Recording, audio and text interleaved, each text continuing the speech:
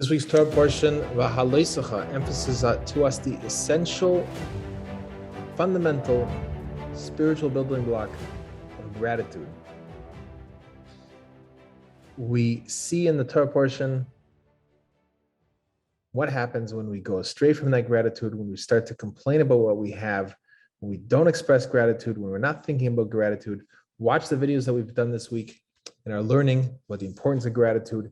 And I want to encourage every person to take the time to realize that the spiritual exercise of gratitude is the most important spiritual exercise of all, because that is where we actually turn from our own personal agendas, from our own personal perspective, and instead we turn to what is God Almighty's perspective, what is His agenda, what is His vision for me, for those around me, for the entire world.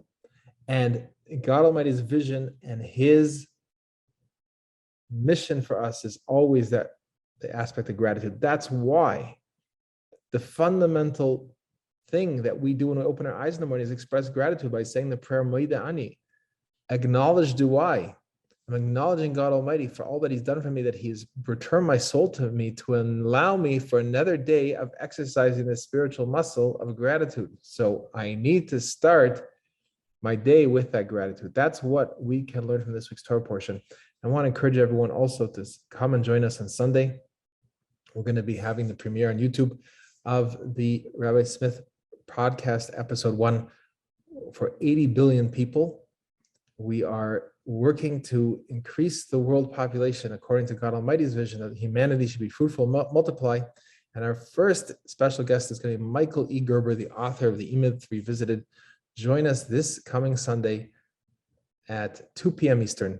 And if you don't get to watch it live, if you miss the premiere, hope you'll be there. And we're going to discuss what it is that we need to do to be able to put the world over into the place it's meant to be. The God Almighty's vision is, what is it that we need to do to close the final gap between the way it is right now and the way it is that God Almighty envisions it, as the prophets of the Torah always described it. What is the state of humanity going to look like? And what do we need to do to pull ourselves together? Stop thinking about our own personal agendas, but rather think about exactly what does God want from us. Join us on Sunday as we experience that together.